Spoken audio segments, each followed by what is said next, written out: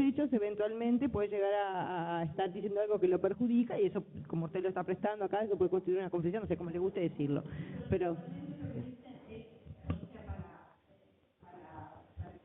obviamente es a favor de ellos, me imagino. Pero bueno. No, pero era un poco lo que planteaban del riesgo de que termine reconociendo algo contrario a su interés, que puede pasar también. Yo me acuerdo sobre el CGP, una parte que dijo algo que no estaba ni en la contestación de la demanda. Dice, no, lo que pasa es que el sol me encandiló. El hombre lo dijo pensando que eso lo exoneraba, y en realidad se enterró hasta con una cosa que se salió del libreto, digamos, no fue... No, digo que yo quería decir que a veces hay que ser cuidadoso en el control de detención para preguntar en qué consecuencias, en qué... Cómo...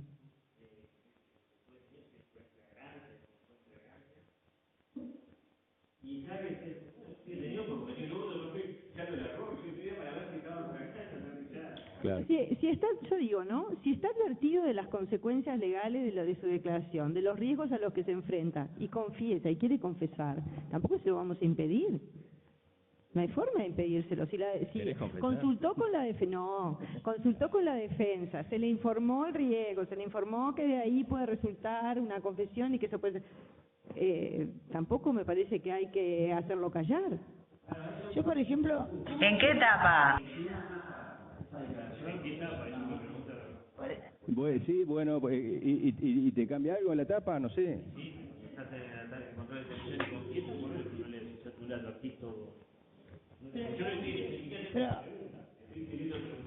Sí, él te contesta algo que no le pregunto.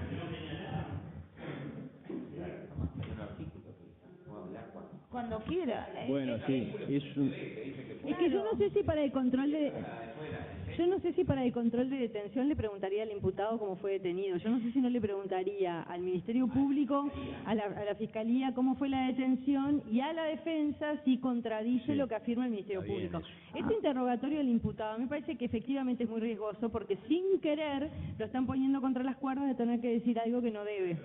A mí me parece que ni la hora le preguntaría. Pero esto es muy personal. Yo le pediría al Ministerio Público, porque la parte no sabe lo que tiene que decir, y le va a terminar diciendo más. Pero está con su defensa. Sí, pero ¿cómo lo callan después que dijo? Claro, ¿y qué pasa si dijo? No hay problema, pero ustedes le piden al Ministerio Público, que es el que tiene la carga de justificar que la detención fue legal. La carga esa es del Ministerio Público, no el imputado venía a decir que fue ilegal. La carga la tiene el Ministerio Público, entonces me va a tener que venir y decir que fue legal porque fue realizada de tal manera, en tal lugar, a tal hora.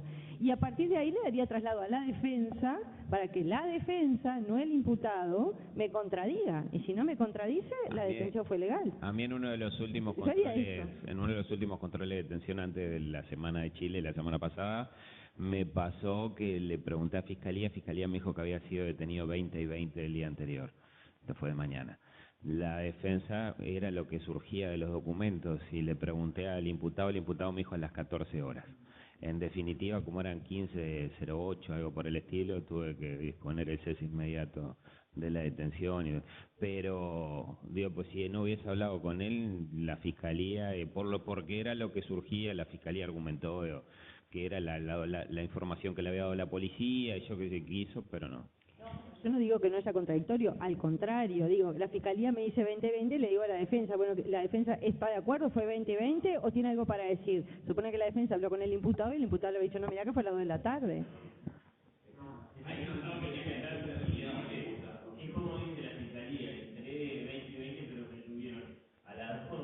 Bueno, que lo aclaren, que lo empiecen a aclarar, ¿para qué están? Y está bien, y está correcto, pero creo que... Pero es muy personal, ¿no? Acá no hay receta, así que posiblemente sea mucho mejor lo que ustedes hacen. Sí, Graciela, sí, yo quiero preguntar, ¿qué importa si él habla o dice algo en una audiencia del juzgado de garantía en relación a una confesión o algo así, si ahí lo que estamos viendo no es eso? Yo hablo con el imputado y le pregunto igual que Fernando, porque a veces hay discordancia y yo le creo al imputado. A veces el defensor no tiene mucho claro porque agarró ahí medio en la... no sé, a veces no tienen claro. Pero a mí me parece que, ¿en qué afecta? Eso es lo que no entiendo. Lo que diga el imputado en una audiencia de control de garantías, que no tiene nada que ver con... Betina, me parece perfecto que chequeen con el imputado y obviamente en la duda yo también le creería al imputado porque todos sabemos que existen 1000 vericuetos con las detenciones, entonces según el libro, según que lo agarró, según que lo llevó a tal lado y en realidad hace 10 horas que está detenido. El tema es que el artículo 146 cuando regula la confesión no dice que necesariamente sea en la audiencia de prueba. O sea, dice que sea en presencia del tribunal y de la defensa, y libremente. Entonces, te queda una confesión plasmada en una audiencia. Ya ese hombre, cuando llega a la audiencia de juicio, tiene una confesión en contra. Entonces, lo que decía es ser cuidadosos para no ponerlo en la situación de que justamente por darle garantías y verificar que esté bien detenido, terminemos complicándolo y que se sienta obligado a confesar. Por supuesto que la defensa lo va a poder parar, pero después que dijo las cosas y quedaron en el audio, qué sé yo, está difícil. Lo dejamos hablar, pero empieza la confesión y lo pagamos.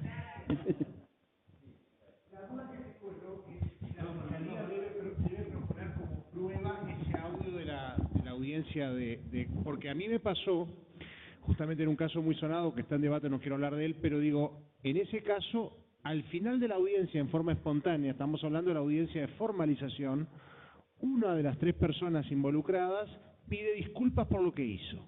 Nada más que eso, pero lo dijo. Pero después, la Fiscalía, en su acusación, olvida pedir, digamos, la incorporación de ese audio y lo intenta incorporar posteriormente, a lo cual se opone la defensa y se le deniega en definitiva. Pero ahí en ese caso fue una confesión totalmente espontánea, obviamente pidió disculpas muy claramente atribuyéndose cierta responsabilidad, pero lógicamente la Fiscalía lo omitió, lo olvidó completamente y después ya se dio cuenta. Y ahí obviamente que se le rechazó. Y bueno, digo, pero es indudable que ahí la carga también está en la Fiscalía. Porque no porque se haya dicho en audiencia que ha incorporado, porque obviamente ese audio no va necesariamente al juez de juicio. Dale. Pero en ese caso, cuando pidió disculpas, ¿tú le preguntaste? ¿Quería decir algo más? No, se largó solo. Cuando estábamos culminando la audiencia, yo siempre le digo a cada una de las partes si tiene algo más que manifestar, y en ese caso el imputado directamente pidió disculpas. Se puso medio lloringoso, digamos, y pidió disculpas. Uno de los 3. Un tema interesante. Pero al margen, a mí me parece que tenemos que desligarnos del concepto de expediente. Con el Código Viejo eso estaría en un acta que queda agregado en un expediente donde nosotros vamos agregando todo lo que pasa. Ahora la prueba es la que las partes me piden como tal, o sea, que si la Fiscalía se olvidó de pedirlo como prueba, se jorobó. Si licenció prueba anticipada y le tiene 10 testigos a su favor y se olvidó de proponerlos, se jorobó. Está claro, pero ahí creo que él lo tiene claro y todos. Sí, pero creo que es lo que apuntaba la pregunta, fue una omisión de la Fiscalía. La Fiscalía podría haber pedido esa prueba. Aparece una confesión producto del tiene algo más para Yo en realidad, a la luz de lo que sucedió después con el caso, yo mismo me lo cuestionaba, pero decía, no, estuve bien en denegar ese medio. Volvemos a la pregunta entonces, ¿es bueno que el tribunal le dé la posibilidad al imputado que hable? O, sí. Pero ¿en qué depende, digamos, que la defensa lo tiene que sujetar? En realidad, yo se lo planteo siempre a las partes, pero no a los imputados, sino a su representante legal, como a la Fiscalía también, si tiene algo más para plantear en la audiencia, que por ahí omitieron, se olvidaron o lo que sea, y es el momento de plantearlo. Sí, ahí el imputado agarró la palabra. Hay una carga, una cuestión un poco más pesada con el imputado, porque el Estado lo está juzgando, lo va a privar de libertad eventualmente, entonces como que se le invita, si tiene algo que decir, yo que sé, hay una conspiración contra mí, lo que sea, yo que sé, lo diga. Ahora, si de eso justo sale una confesión, y después, en tu caso, la Fiscalía lo hubiera tomado, ¿cómo hacer, Betina, para decir que eso no vale nada? Porque es una confesión. Sí, de Maldonado, Diego, ¿cómo andan? Realmente me parece que es un tema bien complejo, sobre todo con la última variante que ha tomado con lo que plantearon en cuanto a esa declaración. Yo creo que las declaraciones del imputado antes del juicio, lo único que son es declaraciones previas.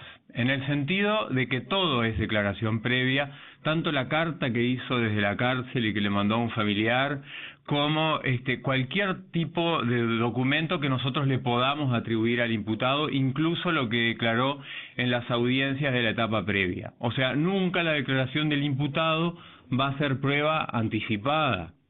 O sea, porque realmente al imputado es alguien que si no lo tenemos en el juicio no se puede hacer. Por lo tanto, nunca va a entrar como concepto de prueba anticipada. Y en esa lógica que Graciela reseñaba en cuanto al presumario, o sea, hay que quebrar con eso y, bueno, no hay prueba anticipada de imputado. Lo que podemos tener en el juicio es una declaración previa. Entonces, al momento de tomarle declaración imputado, si es que declara, porque se puede negar a declarar, obviamente, ahí el fiscal va a decir, bueno, usted prestó declaración en el juzgado el día de tal audiencia como juzgado de garantía.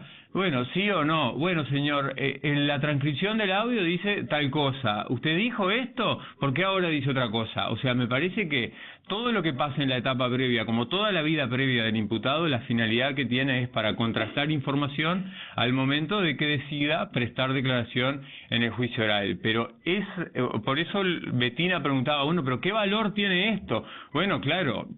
O sea, lo que declare en la etapa previa, o sea, entiendo, de acuerdo al sistema, vamos a decir, y sin perjuicio de que lo que puedan pensar otros, quizás mucho mejor opinión que lo que yo pueda decir, pero me parece que la lógica es esa. Y también tener en cuenta que lo que pueda decir el imputado en la parte previa, vamos a decir, ante el juez de garantía, lo único que lo va a complicar es que el juez de garantía, al resolver una medida cautelar, va a decir, bueno, ¿qué más realista voy a hacer que este hombre que ya me dijo que mató o que violó, ¿no? Y cuando vaya a controlar el mérito de la acusación, también va a decir, bueno, yo esto lo elevo a juicio porque ya me dijo. Y quizá a nosotros, o sea, en definitiva, no tengamos como que una visión un poco más amplia de decir, bueno, si ya confesó, o sea, y no valorar bien las pruebas o las evidencias para que la acusación llegue bien al juicio. O sea, me parece que en ese sentido puede ser perjudicial para la visión de uno como juez. Pero derecho a hablar y a declarar tiene todas las que quiera, y la defensa es como que a veces los para un poco. Y a veces complica porque en el abreviado acuerdan unos hechos que, por ejemplo, que tienen que ver con determinada estrategia de las dos partes, y bueno, vamos a dejar esto de lado y acordamos tal cosa, y a veces la persona se tira a opinar, y generalmente los imputados cuando hablan, salvo otros casos, pero la mayoría del personal con el que trabajamos hablan para enterrarse, básicamente. Pero bueno, sin perjuicio de eso, no hay ningún problema en que los escuchemos y que escuchemos cómo se entierran libremente y con defensa, y bueno, será la defensa la que los pare, pero creo que las oportunidades para hablar se dan, o sea, me parece que todos las damos, como que ningún juez le dice, no, cállese, señor, o señora. No, observó a alguien que vio no sé, vio o escuchó, mejor dicho, registros, y le habrá parecido que no se le daba esa oportunidad. Por eso preguntaba si se la daba o no. Aparentemente todos, o la mayoría, o qué sé yo, no dejan de hacerlo. Y yo como defensor le diría, cuando te pregunten, no tenés nada que agregar. Digo, yo la verdad, ¿qué quiere que te diga? Yo velando por él en lo que sea, porque para la prisión preventiva no se me había ocurrido. El tipo dice, perdón, yo pido perdón por lo que hice, y la defensa está discutiendo la prisión preventiva, y juez, con eso no se levanta toda la... No, pum, sí, la prisión preventiva, vamos arriba. Y sobre todo eso es un delito grave, ¿no? Ni que hablar. En un curso que estaba viendo de penal, decía un abogado defensor que para él estaba mal que el juez le preguntara directamente al imputado, y lo planteaba hasta como una cosa que podría ser, no sé si pedirse la nulidad o qué, directamente si quería decir algo en juicio, sin preguntarle al defensor primero, porque decía que el imputado, ante la pregunta del juez, puede haberse intimidado y confesar, por ejemplo, y tirarle toda la teoría del caso a la defensa, y que él decía que le había pasado en su experiencia como defensor de oficio. Entonces me parece que es distinto preguntarle a la audiencia de garantía, bueno, ¿usted quiere decir algo más, no sé qué? O en una audiencia de juicio, que de hecho conozco un caso que pasó, igual no confesó, ¿no? Pero que después de todo, que no le ofreció como prueba la declaración del imputado a la defensa, el juez del juicio le preguntó, ¿usted va a declarar? ¿Quiere decir algo más antes de terminar? Algo así, sin que la defensa pidiera nada. Entonces, no sé, y ahí capaz que el tipo dice, y todo el esfuerzo, toda la prueba y todo, chao, se cae. Ya se va al diablo. Bueno, nos quedó unas cuantas cosas otra vez. Hay un punto, el 5 de auto de apertura, que algo creo que hablamos con relación a la forma y al contenido. Eso creo sí lo hablamos, ¿no? De que había dos vertientes, digamos. Pero no sé si llegamos a hablar de que qué pasa si se dicta fuera de plazo. Eso no me acuerdo si lo digo. Y bueno, parece que se dio eso en algún lugar y ¿es nulo, no es nulo? ¿Es responsabilidad disciplinaria o ni ahí? Pero digo, este insumo me viene de la defensa. La defensa en un lugar del interior constató que el auto de apertura se redactó fuera de plazo. Entonces, ¿qué hacemos? Aparentemente que nulidad no hay, salvo buscar así medio. Realmente habría, en principio, responsabilidad administrativa del juez por no, en principio, en teoría, no, habría que ver si hay encima, pero digo, en todo caso, por no cumplir con los plazos legales, o sea, un retardo en la prestación del servicio. No sé, no sé qué plantearon ahí, ¿se planteó algo en ese caso? Estaban, en el momento que me dijeron, estaban estudiando, ya pasó el tiempo, no sé. Sí, algo habrán hecho o no habrán hecho, habrán decidido hacer algo o no hacer nada, pero tenían, digamos, las situaciones. Y yo la verdad pienso lo mismo, no hay nulidad expresa y no veo que sea una nulidad implícita tampoco. Y como responsabilidad, no, un día de atraso reiterado, dice, no sé. Por las dudas no atrasarse.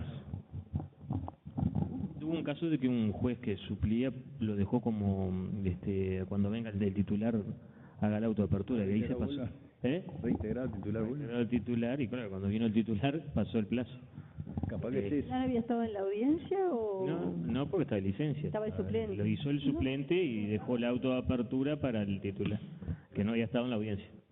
Capaz que era ese caso, bueno. Y nos quedaron otros tantos.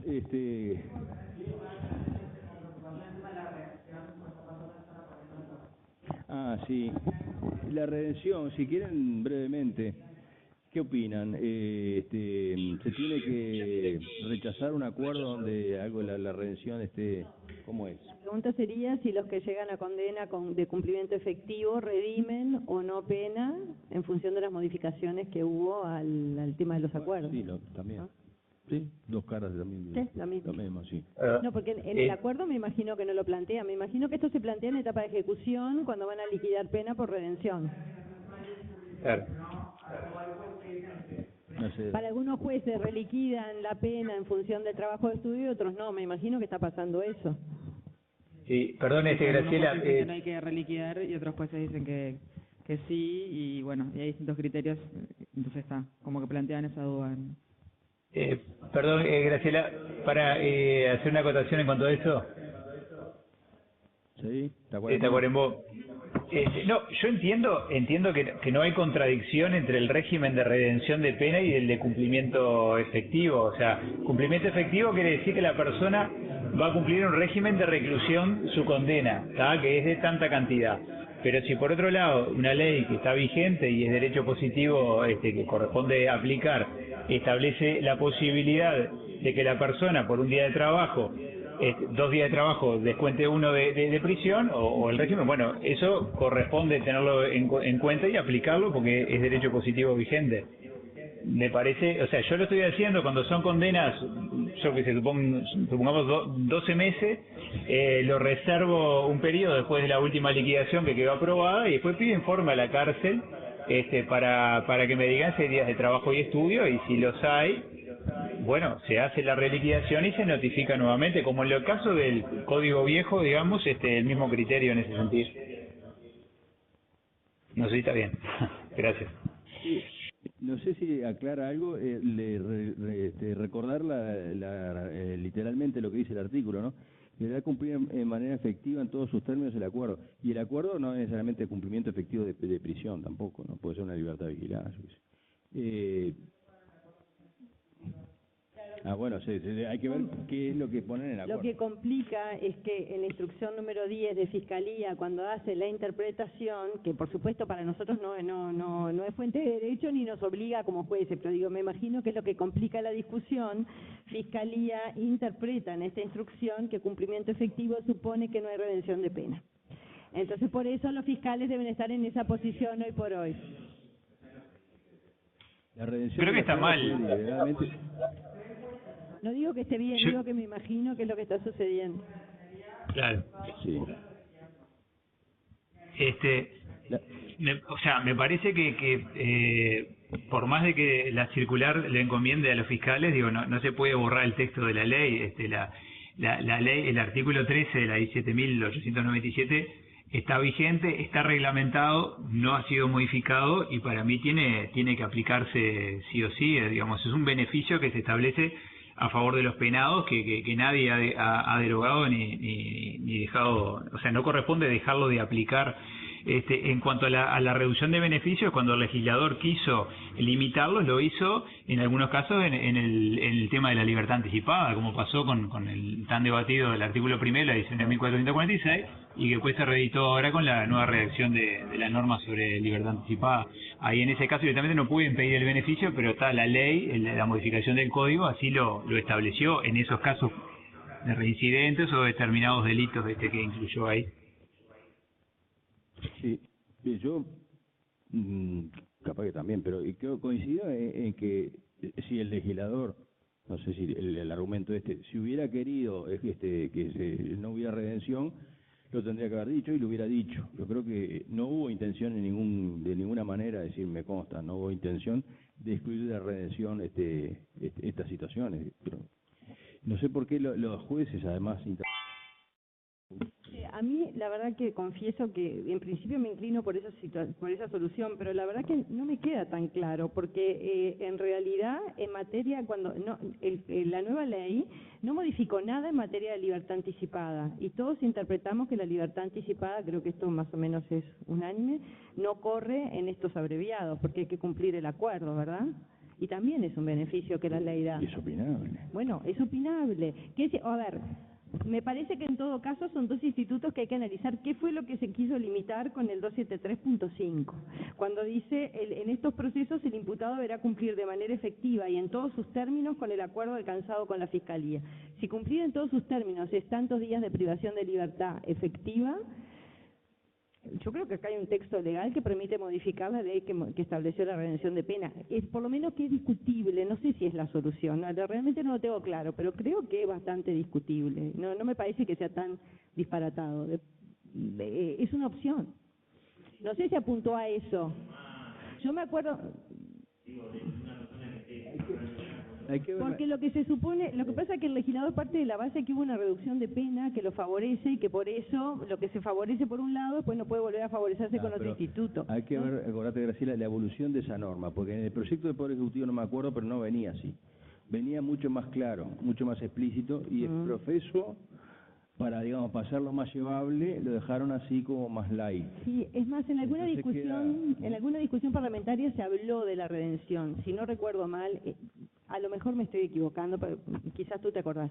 Yo creo que hasta Fiscalía dijo que no aplicaba, que no iban contra el tema de la redención. A mí me sorprendió hoy... Ministerio Interior, dijo. O Ministerio Interior. A mí me sorprendió mucho hoy cuando leí la Instrucción General de Fiscalía donde hace esta interpretación, que por supuesto no nos obliga, no es preceptiva para el que entienda que la redención procede, que haya una Instrucción General o no nos afecta en nada. Pero, en fin, no sé, creo que es discutible.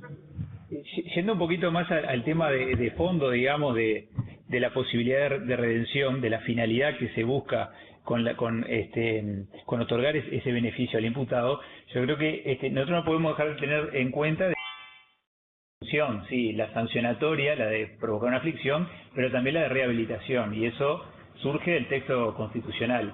Por lo tanto, yo creo que a las personas, digamos, bueno, que accedieron a un beneficio, es cierto, tuvieron una reducción en 1/3 de pena, que eso no se discute, pero ¿para qué lo encerramos? ¿Solo para castigarlo o le estamos tratando de dar alguna herramienta para rehabilitarlo y reinsertarlo en la sociedad, que es a lo que apunta este sistema? Porque, a ver, es cierto, es otro beneficio porque le estamos restando periodo de encierro con esa actividad, pero a su vez estamos de alguna manera poniendo en el Estado la obligación de brindarle alguna herramienta para que esta persona pueda, cuando salga en libertad, bueno, adquirir algún oficio, algún conocimiento y bueno, de alguna manera eso hay que incentivarlo, porque si no estaríamos creando como los penados abreviados para un lado, estos no trabajan, y los penados, no sé, código viejo y juicio, por este lado, bueno, a ver quiénes van a trabajar. Creo que todos y el Estado, el Instituto Nacional de Rehabilitación, ofrecerles alternativa a cada uno de ellos y bueno, que dependa de su voluntad acceder o no, y bueno, los que accedan son los que obviamente van a tener un mejor perfil para poder en algún momento recuperar su libertad y bueno, y verse y ser rehabilitados realmente para estar en sociedad. Digo, el abreviado tiene un espectro de pena bastante amplio y por lo tanto hay que pensar no solo en esas condenas cortas, que bueno, una semana, unos meses más, capaz que no hace tanto la diferencia, pero sí en aquellas condenas que son un poco mayores, pero que sí tramitaron por ese instituto de varios años, en fin. Solo esa precisión. Es muy razonable lo que tú planteas y compartible en realidad.